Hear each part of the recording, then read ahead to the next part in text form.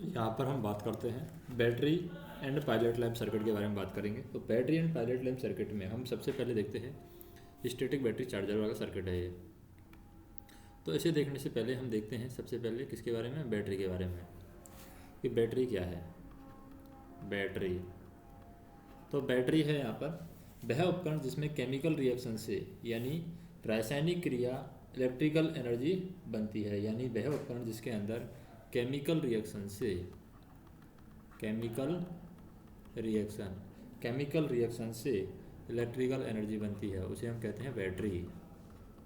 Electrical energy जिस उपकरण के अंदर बनती है। इसमें दो या दो से अधिक सेल होते हैं।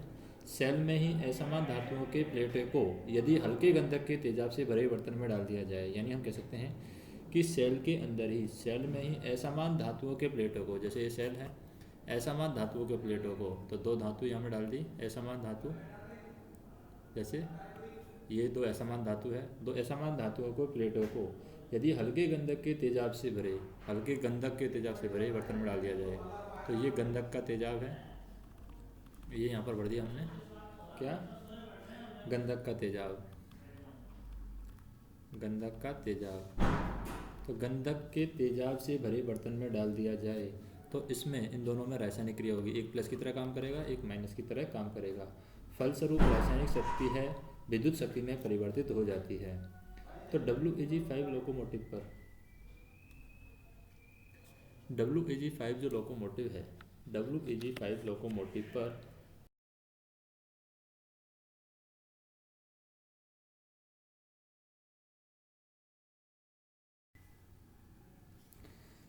तो यहाँ पर क्या होता है, जैसे कि WAG5 जो लोकोमोटिव है, WAG5 इस लोकोमोटिव पर लेड एसिड बैटरी लगाई गई है। कौन सी बैटरी लगाई गई है, लेड एसिड बैटरी यहाँ पर लगाई गई है। और WAG5 पर कुल 10 बैटरियाँ लगी हुई हैं। कितनी बैटरी, यहाँ पर जो बैटरी लग रही है वो टोटल 10 बैटरी लगाई गई है। और एक बैटरी के अंदर कितने सेल हैं, एक बैटरी के अंदर 5 सेल हैं। और एक सेल की कैपेसिटी कितनी है, 2.2, तो 5 × 2.2 यानी कितना हो गया, 11 वोल्ट। और 10 बैटरी सीरीज में लगी है तो कितना हो जाएगा, टोटल 110 वोल्ट। तो बैटरी का वोल्टेज कितना हो गया यहाँ पर, 110 वोल्ट हो गया है। तो यहाँ पर हम कह सकते हैं कि 10 बैटरी का कुल वोल्टेज है 110 वोल्ट है। और बैटरी की जो क्षमता है ये डीसी में है, 110 वोल्ट डीसी। और बैटरी की क्षमता है 75 एम्पियर हावर, ये बैटरी की क्षमता है। इन बैटरियों का चार्ज, अब यहाँ पर हम देखें जैसे कि ये जो बैटरियाँ हैं, जैसे हमारी क्या है बैटरियाँ,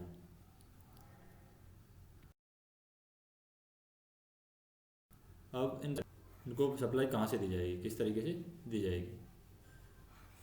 तो इनको यहाँ पर बैटरियाँ आरनो से सप्लाई लेती हैं, यानी बैटरियों को चार्जिंग करने के लिए यहाँ पर स्टैटिक बैटरी चार्जर लगाया गया है, जिसकी मदद से बैटरियों को चार्ज किया जाता है। और बैटरी के द्वारा कंट्रोल सर्किट का नियंत्रण किया जाता है। और इस बैटरी के द्वारा यहाँ पर क्या किया जाता है, कंट्रोल सर्किट का नियंत्रण किया जाता है। यानी कंट्रोल सर्किट को सप्लाई किससे जाती है, बैटरी से जाती है। और पावर सर्किट को सप्लाई कहाँ से जाती है, OHE से आती है, या हम कह सकते हैं। तो कंट्रोल सर्किट का नियंत्रण करने के लिए मेन बैटरी स्विच यहाँ पर लगाया गया है HVA। ये कंट्रोल सर्किट का नियंत्रण करने के लिए लगाया गया है। HVA को अगर हम ऑफ कर देते हैं तो कंट्रोल सर्किट की सप्लाई कट ऑफ हो जाती है। तो ये भी है यहाँ पर कि मेन बैटरी स्विच यहाँ पर HV लगाया गया है, जिसकी दो पोजीशन है, HV स्विच की दो पोजीशन है, 0 और 1। 0 मतलब कि बैटरी सर्किट से डिस्कनेक्ट हो गई है। अगर 1 पोजीशन है, 1 मतलब कि बैटरी है, बैटरी की सप्लाई है लोकोमोटिव के कंट्रोल सर्किट को दी जा रही है। अब लोकोमोटिव की बैटरी में आने वाली खराबियाँ हम देखते हैं कि इस बैटरी के अंदर क्या क्या खराबियाँ आती हैं। तो खराबी की बात करें, यहाँ पर खराबी क्या क्या खराबी है लोकोमोटिव की बैटरी पर आने वाली है। तो सबसे पहली बात है कि यदि बैटरी चार्ज नहीं होती है तो हम कह सकते हैं बैटरी वोल्टेज है कि अगर बैटरी चार्ज नहीं हो रही है तो हम 85 वोल्ट तक, बैटरी का 85 वोल्ट तक आने तक हम काम कर सकते हैं। यानी बैटरी में 85 वोल्ट होना चाहिए। यदि बैटरी चार्ज नहीं होती है तो बैटरी वोल्टेज 85 आने तक काम कर सकते हैं। यदि कोई बैटरी ख़राब हो गई है तो क्या होगा, ख़राब बैटरी को हम बाईपास करेंगे, जैसे कि यहाँ पर कितनी बैटरी लगी होती है, 10 बैटरी लगी होती हैं, तो हम ख़राब बैटरी को बाईपास कर देंगे और 85 वोल्ट आने तक काम कर सकते हैं। या फिर बैटरी टर्मिनल को हमें चेक करना है, या तो ख़राब बैटरी को हम बाईपास कर सकते हैं, या फिर बैटरी के टर्मिनल को हमें चेक करना है, बैटरी टर्मिनल चेक करना है, या फिर बैटरी के स्विच के टर्मिनल हमें चेक करने हैं। यानी जो HVA स्विच है, इस HVA स्विच के हमें टर्मिनल चेक करने हैं, इस HVA स्विच के टर्मिनल हम चेक करेंगे। अब बात करते हैं बैटरी वोल्टेज की जांच करना। बैटरी का वोल्टेज अगर हमें चेक करना है तो हम क्या करेंगे? बैटरी का वोल्टेज चेक करने के लिए हमें क्या करना होगा? डीजे ओपन अवस्था में बैटरी वोल्टेज की जांच करना है। डीजे हमारा ओपन है और डीजे ओपन है, फिर हमें बैटरी का वोल्टेज चेक करना है। तो हम सबसे पहले बैटरी का वोल्टेज चेक करने के लिए HVA स्विच को हम 1 पर रखेंगे। HVA स्विच हमारा 1 पोजीशन पर होना चाहिए, दोनों HVA स्विच हमने 1 पोजीशन पर रख दिए। फिर जुआ स्विच को ऑन करते हैं। इस स्विच को हम ऑन करेंगे ताकि बैटरी की सप्लाई इधर से मिल जाए। और ये UVA वोल्ट मीटर है, इस UVA में बैटरी का वोल्टेज देखेंगे कि इसमें 85 वोल्ट आ रहा है या नहीं आ रहा है।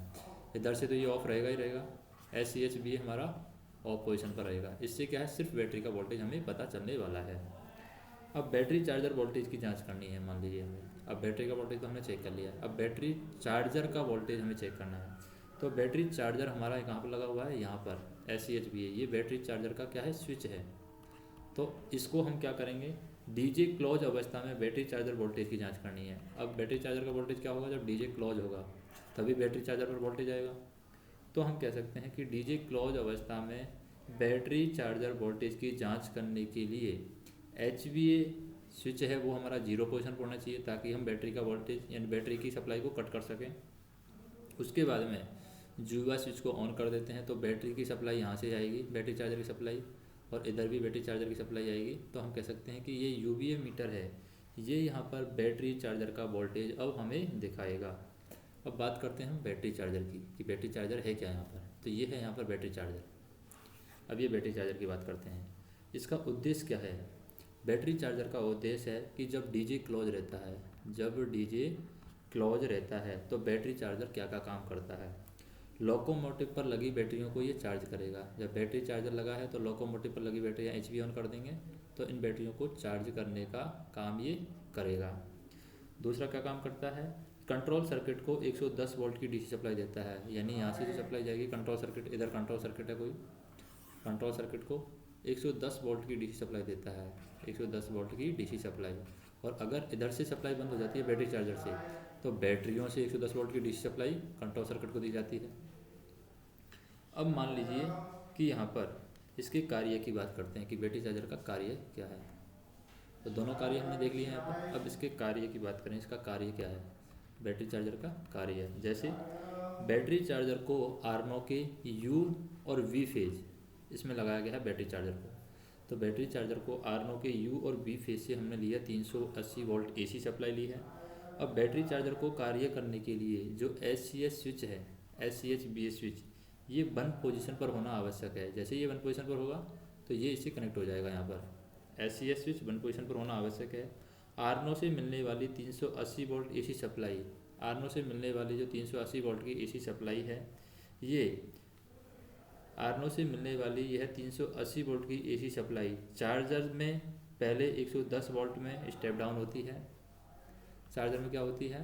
110 वोल्ट, ये स्टेप डाउन होती है, स्टेप डाउन। तो 380 वोल्ट AC सप्लाई चार्जर में पहले 110 वोल्ट स्टेप डाउन होती है, और बाद में डायोड के द्वारा, ये डायोड जो लगा हुआ है इसके द्वारा ये DC में बदल जाती है, 110 वोल्ट DC में ये बदल जाती है, और संपूर्ण कंट्रोल सर्किट को ये दी जाती है। और CCVA फ्यूज के द्वारा बैटरियों को भी चार्ज करती है। और यहाँ पर CCVA फ्यूज के द्वारा, फिर एडिशनल CCVA फ्यूज के द्वारा ये बैटरियों को भी चार्ज करता है बैटरी चार्जर। अब बात करते हैं SCHVA स्विच की पोजीशन के बारे में। ये SCHVA स्विच जो दिखाया गया है इसकी पोजीशन के बारे में बात करते हैं कि 0 पर बैटरी को चार्ज नहीं करेगा। ये 0 पोजीशन है, इस पर बैटरी को चार्ज नहीं करता है। 1 पोजीशन पर ये बैटरी को चार्ज करता है। जब बैटरी चार्जर कार्य करता है तब हमें क्या संकेत मिलते हैं? जब बैटरी चार्जर कार्य करता है तो क्या होता है Q50 रिले एनर्जाइज होती है, Q61 ये रिले एनर्जाइज होगी। जब बैटरी चार्जर काम करेगा सप्लाई इधर आएगी, QB61 रिले एनर्जाइज होगी। और जैसे ही ये QB61 रिले एनर्जाइज होगी तो LSCHVA की बत्ती क्या हो जाती है, बुझ जाती है। यानी हम कह सकते हैं बैटरी चार्जर का जो लैंप है वो बुझ जाता है, जिससे बैटरी चार्जर ठीक से कार्य कर रहा है, यह संकेत हमें मिलता है कि अगर ये LSCHVA बुझ जाएगा तो हम कहेंगे कि बैटरी चार्जर सही तरीके से काम कर रहा है, इसका हमें संकेत मिल गया है। अब बात करते हैं हम कंट्रोल सर्किट की सुरक्षा। इस कंट्रोल सर्किट की सुरक्षा के लिए क्या लगाया गया है, यानी कंट्रोल सर्किट की सुरक्षा के लिए उपकरण कौन कौन से लगाए गए हैं। तो बैटरी चार्जर कंट्रोल सर्किट है, तो पूरा कंट्रोल सर्किट है यहाँ पर। ये इसकी सुरक्षा के लिए क्या लगाया गया है, तो इसकी सुरक्षा के लिए लगाया गया है होवा स्विच है। ये है हमारा बैटरी अर्थिंग स्विच, बैटरी को अर्थ करने के लिए battery earthing switch, battery earthing switch. तो इसमें हम देखते हैं बैटरी अर्थिंग स्विच में क्या होता है। Battery earthing switch battery control circuit का नेगेटिव टर्मिनल है। जैसे बैटरी कंट्रोल सर्किट है, इसका negative terminal, battery control circuit का नेगेटिव टर्मिनल होवा स्विच के द्वारा लोको बॉडी को जोड़ा जाता है। इस होवा स्विच है, इस होवा स्विच के द्वारा बैटरी के नेगेटिव टर्मिनल, यानी बैटरी क्या करती है, कंट्रोल सर्किट का नेगेटिव टर्मिनल होवा स्विच के द्वारा लोको बॉडी से जोड़ा गया है। ये लोको बॉडी से जोड़ा गया है, अर्थात अर्थ किया गया है। सामान्यतः हम कह सकते हैं कि होवा ऑन पोजीशन पर रहता है। सामान्यतः ये होवा है, ये ऑन पोजीशन पर रहता है। और होवा स्विच की दो पोजीशन रहती हैं, एक ऑन पोजीशन में क्या होता है, ऑन पोजीशन पर कंट्रोल सर्किट का नेगेटिव टर्मिनल होवा स्विच के द्वारा लोको बॉडी से डायरेक्टली कनेक्ट रहता है। और ऑफ पोजीशन में, जब इसको ऑफ पोजीशन में रखते हैं होवा स्विच को, तो ऑफ पोजीशन में रखने पर कंट्रोल सर्किट का नेगेटिव टर्मिनल ये RHOBO के द्वारा लोको बॉडी से जुड़ता है। और RHOBO एक रेजिस्टेंस है जो कि 180 ओम का रेजिस्टेंस है। तो हम कह सकते हैं कि होवा स्विच को ऑफ पर रखने से कंट्रोल सर्किट का नेगेटिव टर्मिनल 180 ओम के प्रतिरोध के द्वारा लोको बॉडी से जुड़ जाता है। अब बात करते हैं हम सर्ज अरेस्टर की। किसकी बात करते हैं, सर्ज अरेस्टर। जो भी LTVA दिया गया है ये है हमारा surge arrester, battery surge arrester, battery surge arrester. तो बैटरी का सर्ज अरेस्टर क्या है, यदि दुर्घटनावश कंट्रोल सर्किट के वायर या पावर सर्किट केबल के कांटेक्ट में आ जाते हैं। मान लीजिए दुर्घटनावश कंट्रोल सर्किट के वायर हैं, किसके, कंट्रोल सर्किट के वायर, ये किसके कांटेक्ट में आते हैं, कंट्रोल सर्किट के वायर पावर सर्किट केबल के कांटेक्ट में आते हैं, पावर सर्किट केबल के कांटेक्ट में आ जाते हैं। तो हम कहें यदि दुर्घटनावश कंट्रोल सर्किट के वायर पावर सर्किट केबल के कांटेक्ट में आ जाते हैं तो कंट्रोल सर्किट में वोल्टेज की मात्रा बहुत ज़्यादा बढ़ जाती है। और भारी मात्रा में जब ये वोल्टेज बढ़ जाएगा तो अत्यधिक वोल्टेज की वजह से बैटरी सर्ज अरेस्टर के डिस्चार्ज रोड द्वारा ये अर्थ हो जाएगा। और जैसे ही यहाँ पर ये वोल्टेज बढ़ जाएगा कंट्रोल सर्किट के अंदर, तो बैटरी का जो है यहाँ पर LTVA battery voltage surge arrester के द्वारा ये क्या हो जाएगा, ग्राउंड हो जाएगा, डिस्चार्ज रोड द्वारा ये अर्थ हो जाएगा। और कंट्रोल सर्किट को होने वाले नुकसान से बचाया जा सकता है, किसके द्वारा, LTVA के द्वारा। अब बात करते हैं हम pilot lamp circuit. Pilot lamp circuit क्या है, किस तरीके से दिखता है, तो ये हमारा है pilot lamp circuit, pilot lamp circuit WAG5 का।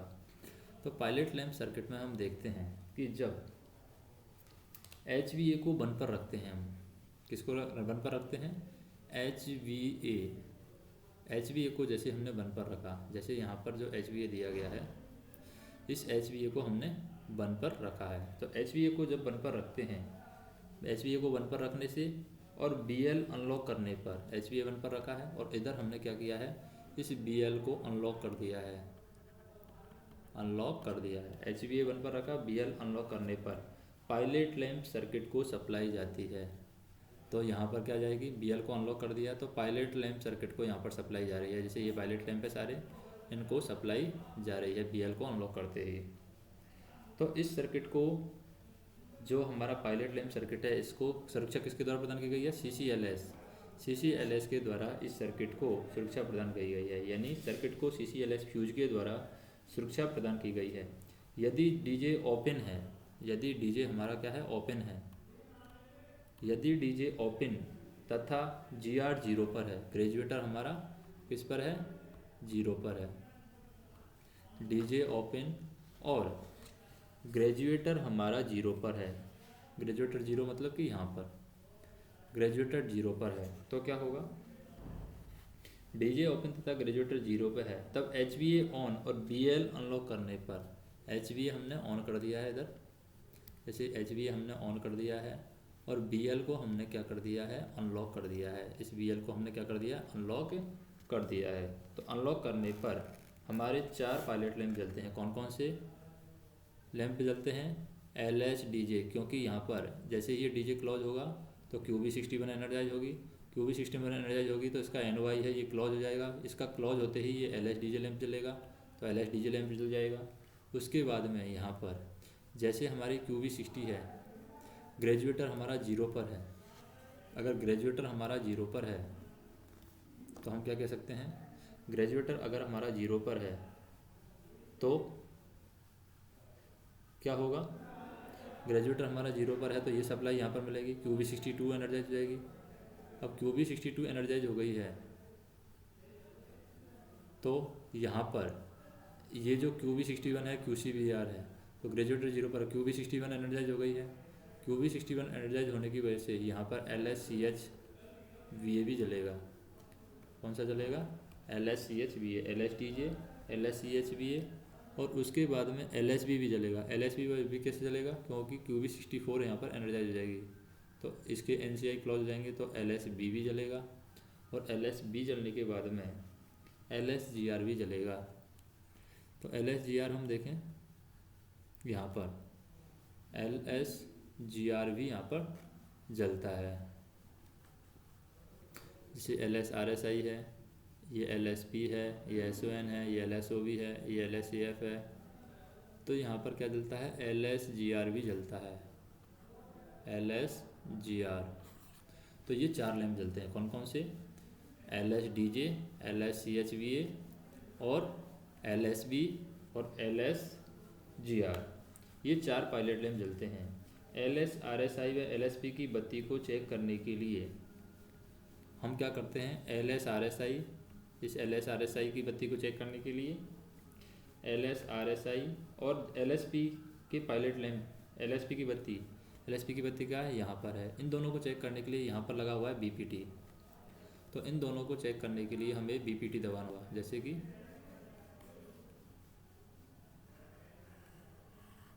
ये हम देखें यहाँ पर कि LSB है, LSP है, इसके लिए BPT दबाना होगा यहाँ पर, और LSRSI है, इसको चेक करने के लिए BPT यहाँ पर दबाना होगा। तो ये भी हमें ध्यान रखना है कि इनके लिए BPT दबाना होगा। तो इनकी बत्ती को चेक करने के लिए एक स्विच है, BPT दबाने पर LSRSI व LSP के पायलट लैंप भी यहाँ पर जल जाते हैं। जब BPT को हम दबाते हैं तो LSP भी जल जाएगा, LSRSI भी जल जाएगा। और जैसे ही DJ क्लोज करते हैं LSDJ तथा LSCH भी बुझ जाएंगे। जैसे ही हमने DJ क्लोज किया तो इसको क्लोज करते ही क्या होता है? इसको ओपन करते क्लोज करते ही ये हमारी एनर्जाइज हो जाएगी। एनर्जाइज होने के बाद में ये हमारे जो इसके NOI हैं वो ओपन हो जाएंगे, और LSDJ और LSCHVA दोनों बुझ जाएंगे। LSDJ बुझ जाएगा, LSCHVA भी बुझ जाएगा। कब? जैसे ही हम DJ को क्या करते हैं? क्लोज करते हैं, क्योंकि DJ को क्लोज करने पर QB61 डीएनर्जाइज हो जाती है और QB60 है ये हमारी डीएनर्जाइज हो जाती है, यानी ये ओपन हो जाएगा और ये यहाँ पर ओपन हो जाएगी QB61 भी। इस वजह से हम कह सकते हैं कि जैसे ही DJ को क्लोज करते हैं LSDJ व LSCHVA बुझ जाते हैं। अब पायलट लैंप के कुछ संकेत हम देख लेते हैं कि कौन सा संकेत है, कौन सा लैंप है, क्या संकेत देता है। सबसे पहले देखते हैं LSDJ। LSDJ क्या का संकेत देता है? यह पायलट लैंप DJ की पोजीशन का संकेत देता है जब DJ हमारा ओपन अवस्था में है। DJ हमारा कब है? जब ओपन अवस्था में है। जब DJ ओपन अवस्था में है तो DJ का NCI रिले QV60 की ब्रांच पर क्लोज रहता है। जब डीजे हमारा ओपन अवस्था में है तो ये यहाँ पर क्लोज रहता है, जिससे QV60 है ये एनर्जाइज होती है। क्या होती है ये? एनर्जाइज होती है। और QV60 एनर्जाइज होती है और QV60 का NOI, QV60 का जो NOI है यहाँ पर, ये LSDJ की ब्रांच पर यहाँ पर क्या हो जाता है? क्लोज हो जाता है। और जब ये क्लोज हो जाता है, इससे दोनों कैप में LSDJ लैंप जलता है। इसका मतलब जल रहा है तो डीजे ओपन है, अगर LSDJ बुझ रहा है इसका मतलब डीजे क्लोज है। क्योंकि LSDJ बुझेगा इसका मतलब डीजे हमारा क्या है? क्लोज है। और जब डीजे क्लोज अवस्था में होता है तो डीजे का जो NCI है वो हो जाता है ओपन। और जैसे ही ओपन हो जाएगा QV60 हम रिले हमारी डी एनर्जाइज हो जाएगी। ये डी एनर्जाइज हो जाएगी तो इसका जो NOI पहले क्लोज हुआ था वो ओपन हो जाएगा और LSCHVA बुझ जाएगा। अब हम बात करते हैं किसकी? LSCHVA की। LSCHVA। तो LSCHVA के द्वारा चालक को बैटरी, चार्जर तथा आर्मो की स्थिति मालूम होती है। HVA ऑन करके BL क्लोज करते हैं। जैसे ही हमने क्या किया? HVA को ऑन किया, यहाँ पर HVA ऑन किया और BL को अनलॉक किया। BL को अनलॉक हमने यहाँ पर कर दिया है। HVA on, BL unlock. HVA on करने पर और BL अनलॉक करते ही LSCHVA हमारा जलता है। जैसे ही BL को अनलॉक किया LSCHVA हमारा जलेगा। तो यहाँ पर हम देखते हैं LSCHVA की बात कर रहे थे। जैसे कि हमने क्या कर दिया? बैटरी को ऑन किया। जैसे यहाँ पर कर दिया, बैटरी को, HVA को ऑन कर दिया। HVA को ऑन करने के बाद में हमने क्या किया? VL को अनलॉक कर दिया। BL को हमने अनलॉक कर दिया। और जैसे ही BL को अनलॉक कर दिया तो LSCHVA हमारा जलता है।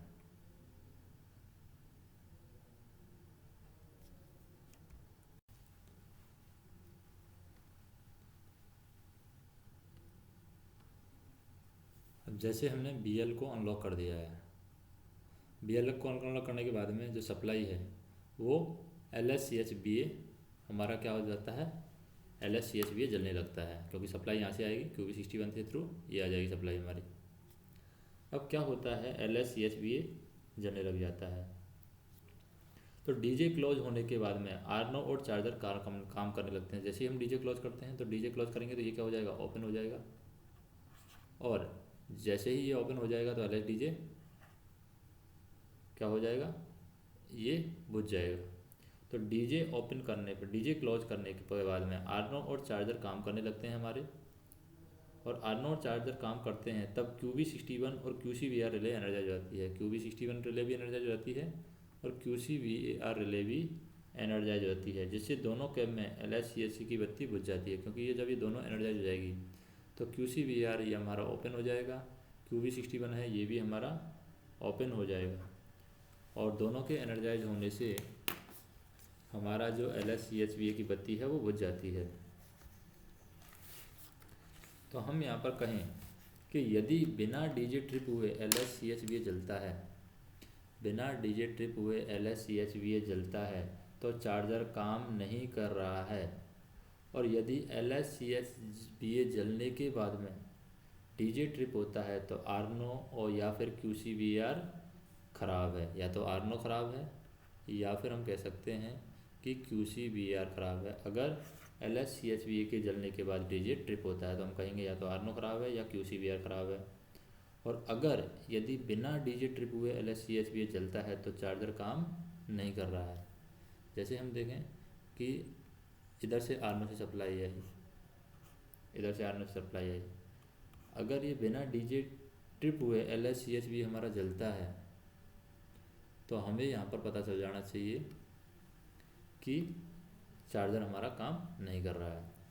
अब बुझाना, जैसे मान लीजिए LSCHVA बुझ रहा है, तो LSCHVA बुझ रहा है इसका मतलब आर्नो और चार्जर दोनों काम कर रहे हैं।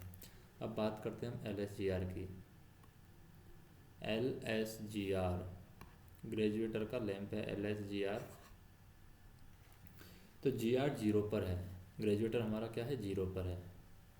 तो ये यहाँ पर ग्रेजुएटर हमारा 0 पर है या नॉच पर है। इस बात का संकेत LS-GR के द्वारा मिलती है। जब GR 0 पर है, ग्रेजुएटर हमारा 0 पर है, तो QV60 की ब्रांच पर GR का इंटरलॉक QV62 की ब्रांच पर क्या होता है, QV62 की ब्रांच पर GR का जो इंटरलॉक है वो क्लोज होने से QV62 रिले एनर्जाइज होती है और QV60 का NOI LS-GR की ब्रांच पर क्लोज होता है। ये LS-GR है, तो QV62 का जो NOI है वो LS-GR की ब्रांच पर क्लोज होगा और जैसे ही यहाँ पर इस ब्रांच पर ही क्लोज होता है, जिससे दोनों कैब में हमारे LS-GR लैंप या पायलट लैंप जलते हैं। इसका मतलब जल रहा है मतलब ग्रेजुएटर 0 पर है। और अगर बुझ रहा है इसका मतलब ग्रेजुएटर हमारा नॉचेज पर है। अब बात करते हैं LS-RSI की। इसकी बात करते हैं LS-RSI। ये फ्यूज कहाँ पर लगा हुआ है, ये फ्यूज यहाँ पर लगा हुआ है। जब BP बटन दबाते हैं तब ये जलता है। तो जब किसी RSI ब्लॉक के अंदर कोई डायोड पंचर हो गया है, क्या हो गया है, RSI ब्लॉक के अंदर कोई डायोड हमारा पंचर हो गया है, तो उससे संबंधित टेलटेल फ्यूज ऑपरेट होकर के क्या करता है, उससे संबंधित टेलटेल फ्यूज ऑपरेट होकर के QV63 रिले को एनर्जाइज कर देता है और रिले QV63 का जो NOI है वो LS-RSI की ब्रांच पर क्लोज हो जाता है और जैसे ही ये क्लोज हो जाएगा, क्लोज होकर के दोनों कैब में LS-RSI को लैंप को जला देता है और संकेत देता है कि किसी RSI ब्लॉक में टेलटेल फ्यूज जल गया है। इसका मतलब जब जल रहा है तो टेलटेल फ्यूज ऑपरेट हुआ है या फिर BPT को प्रेस किया गया। BPT को भी प्रेस करेंगे तब भी ये जल जाता है। बुझ रहा है इसका मतलब टेलटेल फ्यूज हमारा बराबर है। अब बात करते हैं हम LSB की। LSB क्या है, यह पायलट लैंप Q50 के एनर्जाइज या डी एनर्जाइज होने का संकेत देता है। LSB किसका संकेत देता है, Q50 रिले के एनर्जाइज होने का या डी एनर्जाइज होने का संकेत देता है। तो यहाँ पर हम देखें LSB है, LSB लैंप पायलट लैंप है, रिले Q50 के एनर्जाइज और डी एनर्जाइज होने का संकेत देता है। जब रिले Q50 डी एनर्जाइज है, क्या है, जब रिले हमारी Q50 क्या है, डी एनर्जाइज है, जब Q50 डी एनर्जाइज है तो इसके NCI के द्वारा रिले QV64 एनर्जाइज होती है। तो इसका जो NCI है, इस NCI के द्वारा रिले QV64 है ये एनर्जाइज होगी और जैसे ही रिले Q64 एनर्जाइज होगी, रिले Q64 का NOI LSB की ब्रांच पर क्लोज होता है और दोनों कैब में LSB का पायलट लैंप, फिर जब ये क्लोज हो जाएगा दोनों कैब में LSB का पायलट लैंप जलता है। और जब Q50 रिले एनर्जाइज हो जाती है, जैसे ही हम कहें कि Q50 रिले एनर्जाइज हो जाती है तो ये यहाँ पर ओपन हो जाएगी, QV64 डी एनर्जाइज हो जाएगी, QV64 डी एनर्जाइज हो जाएगी तो यहाँ पर ये ओपन हो जाएगा और LSB का लैंप बुझ जाएगा। इसका मतलब हम कह सकते हैं कि अगर LSB लैंप जल रहा है तो हम कहेंगे Q50 रिले डी एनर्जाइज है और अगर ये लैंप LSB लैंप बुझ रहा है, इसका मतलब Q50 रिले एनर्जाइज है, ये हमें पता चल जाएगा। अब बात करते हैं LSP की। किसकी बात करते हैं, LSP लैंप की। जब कभी QD एनर्जाइज होने से क्या होता है, जब कभी QD करंट डिफरेंशियल रिले, जब QD एनर्जाइज होने से Q48 रिले एनर्जाइज होती है तो Q48 का जो NOI है LSP की ब्रांच पर क्लोज होकर के दोनों कैब में LSP का पायलट लैंप जलाता है और संकेत देता है कि लॉको में क्या आ रहा है, व्हील स्लिप आ रहा है, व्हील स्लिप लॉको में आ रहा है और रिले Q48 एनर्जाइज हो गई है, इसकी वजह से LSP जल रहा है। तो हम कह सकते हैं कि BPT दबाने पर भी यह पायलट लैंप जलता है। जब हम BPT दबाते हैं तब भी ये पायलट लैंप LSP जलने लगता है। जल रहा है इसका मतलब लॉको में व्हील स्लिप है और Q48 एनर्जाइज है। LSP बुझ रहा, लॉको में व्हील स्लिप नहीं है, Q48 डी एनर्जाइज है। फिर बात करते हैं हम LSAF। अगला फ्यूज आ जाता है हमारे पास में LSAF। ये है LSAF। LSAF क्या है, LSAF का सर्किट CCA और CCLSA के द्वारा प्रोटेक्ट है। CCA के द्वारा भी प्रोटेक्ट है ये, और CCLSA के द्वारा भी प्रोटेक्ट है। एयर ब्रेक ट्रेन कार्य करते समय यदि किसी कारणवश लोड पार्ट हो जाता है, तो लोड पार्ट होने पर या फिर ACP होने पर गार्ड के द्वारा ब्रेक लगाने पर जब BP का चार्ज दर गार्ड के द्वारा ब्रेक लगाने पर BP का जो चार्ज दर है वो 7 kg पर सेंटीमीटर स्क्वायर प्रति मिनट हो जाती है, तो ऐसी स्थिति में हमारी जो RGAF है ये पिकअप हो जाती है। RGAF पिकअप हो जाता है, और RGAF जो पिकअप होता है 4 kg पर सेंटीमीटर स्क्वायर पर पिकअप हो जाता है। तो RGAP 4 kg पर सेंटीमीटर स्क्वायर के पिकअप होने से दोनों कैब में LSAF का पायलट लैंप जलने लगता है। साथ ही एयर फ्लो की नीडल क्या होता है, एयर फ्लो की नीडल है वो क्या हो जाती है, आगे बढ़ जाती है। एयर फ्लो की नीडल आगे बढ़ जाती है, और एयर फ्लो की नीडल जब आगे बढ़ जाती है जिससे ड्राइवर को संकेत मिलता है कि BP प्रेशर, अब ये एयर फ्लो की नीडल आगे बढ़ जाएगी तो इससे क्या होगा, एयर फ्लो की नीडल आगे बढ़ जाती है जिससे ड्राइवर को संकेत मिलता है, क्या मिलता है ड्राइवर को संकेत, जिससे ड्राइवर को संकेत मिलता है कि BP प्रेशर किसी कारण व तीव्रता से ड्रॉप हो रहा है। क्या हो रहा है, BP प्रेशर। तो हम कह सकते हैं कि एयर फ्लो की नीडल हमारी आगे बढ़ जाती है, और जैसे ही एयर फ्लो की नीडल आगे बढ़ जाती है इससे ड्राइवर को संकेत मिलता है, क्या संकेत मिलता है ड्राइवर को, इससे ड्राइवर को संकेत मिलता है कि BP प्रेशर किसी कारण या तीव्रता से ड्रॉप हो रहा है। क्या हो रहा है, ड्रॉप हो रहा है। और लीकेज अटेंड करने पर जब लीकेज की दर क्या हो जाती है, 6.5 kg पर सेंटीमीटर स्क्वायर प्रति मिनट रह जाती है, तब RGAF है वो हमारा क्या होता है, RGAF 3.5 kg पर सेंटीमीटर स्क्वायर ड्रॉप होकर के LSAF की ब्रांच पर क्या हो जाता है, ओपन हो जाता है, और LSAF का पायलट लैंप हमारा बुझ जाता है। अब बात करते हैं LSOL और LSGRT की। LSOL और LSGRT की बात करते हैं हम, क्या होता है इनमें। जब दोनों पायलट लैंप मल्टीपल यूनिट में खराब लॉकों का संकेत देने के लिए लगाए गए हैं, जैसे कि LSOL है और LSGRT दोनों मल्टीपल यूनिट के लिए लगाए गए हैं। जब मल्टीपल कैब लगाए, जैसे कैब 1 ये लोको 1 के लिए है और ये लोको 2 के लिए है, लोको 1 लोको 2 मल्टीपल यूनिट के लिए लगाया गया है। खराब लोकों में LSGRT तथा अच्छे लोकों में LSOL जलता है। जो खराब लोको होगा उसमें क्या जलेगा, LSGRT, और अच्छे लोकों में क्या जलेगा, LSOL जलेगा या LSOL जलती है। LSOL और LSGRT लोकों में निम्न खराबी आने पर LSOL तथा LSGRT जो है, तो हम वहाँ पर बात करते हैं LSOL तथा LSGRT, LSOL तथा LSGRT।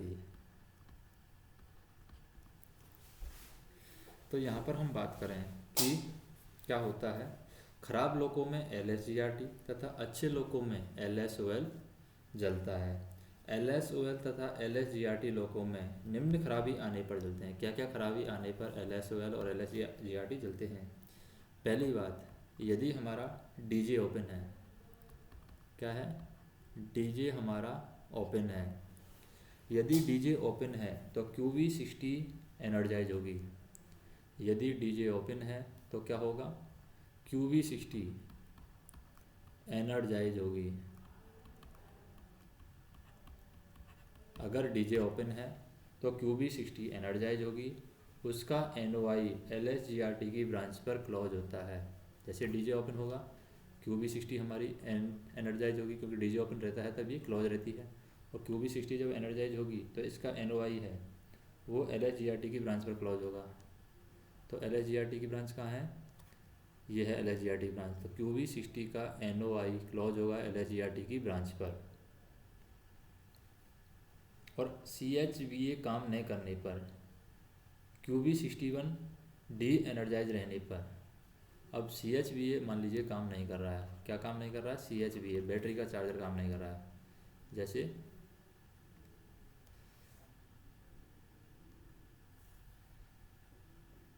बैटरी का चार्जर है वो काम नहीं कर रहा है, बैटरी का CHVA बैटरी का चार्जर काम नहीं कर रहा है। जब बैटरी का चार्जर काम नहीं कर रहा है अर्थात हमारी जो QB61 है ये हमारी क्या हो जाएगी? डी एनर्जाइज हो जाएगी। अब जब QB61 डी एनर्जाइज रहने पर इसका जो NCI है, इसका NCI कहाँ पर है? ये इसका NCI ये है, जो कि LHGRT की ब्रांच पर ये NCI था, जो ओपन था, क्लोज हो गया था। तो QB60 जैसे CHVA काम नहीं कर रहा है, QB61 डी एनर्जाइज रहने पर इसका NCI LHGRT की ब्रांच पर क्या हो जाता है? क्लोज हो जाता है। ये दूसरा तरीका है। तो यहाँ पर हम कह सकते हैं कि इसका जो NCI नहीं है ये NOI है, इसका NOI LHGRT की ब्रांच पर क्लोज हो जाता है। कब? जब CHVA काम नहीं कर रहा है तब ये क्लोज होता है।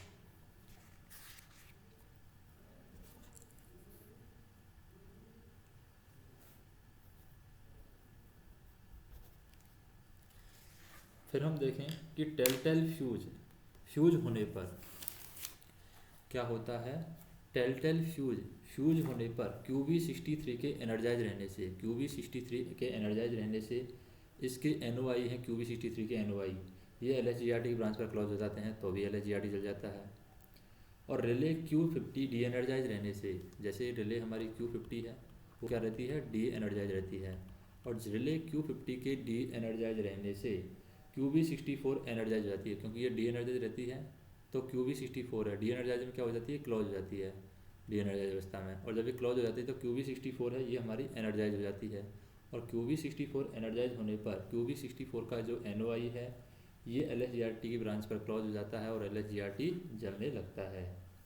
अब बात करते हैं हम बिना फ्यूज के गाड़ी कार्य करना। बिना फ्यूज के किस तरीके से गाड़ी कार्य किया जाता है? यदि किसी कारण से कोई भी पायलट लैंप नहीं जलता है तब हम क्या करेंगे? तब हम सबसे पहले क्या करेंगे? CCLS चेक करेंगे। बिना फ्यूज गाड़ी कार्य देख रहे हैं हम, बिना फ्यूज गाड़ी कार्य, तो सबसे पहले CCLS चेक करेंगे। यदि ख़राब है तो उसको बदल देंगे। फ्यूज कैप का ढीला होना है तो उसको टाइट करेंगे। एक कॉक कनेक्शन को टाइट करेंगे। एक कॉक कनेक्शन कहाँ होता है? स्विच बोर्ड में, तो एक कॉक कनेक्शन है उसको हम टाइट करेंगे। ZLS और HLS स्विच का ऑन होना सुनिश्चित करेंगे। यदि है ZLS अगर है तो उसको हम ऑन होना सुनिश्चित करेंगे। HLS यदि है तो HLS का ऑन होना हम सुनिश्चित करेंगे। और यदि उपरोक्त के बाद भी सफलता नहीं मिलती है, यानी ZLS और HLS को ऑन करने के बाद भी सफलता नहीं मिलती है, तो बिना पायलट लैंप के कुछ संकेतों का पालन करते हुए हम गाड़ी कार्य करेंगे। बिना पायलट लैंप, तो बिना पायलट लैंप के निम्न संकेतों का पालन करते हुए गाड़ी कार्य करेंगे।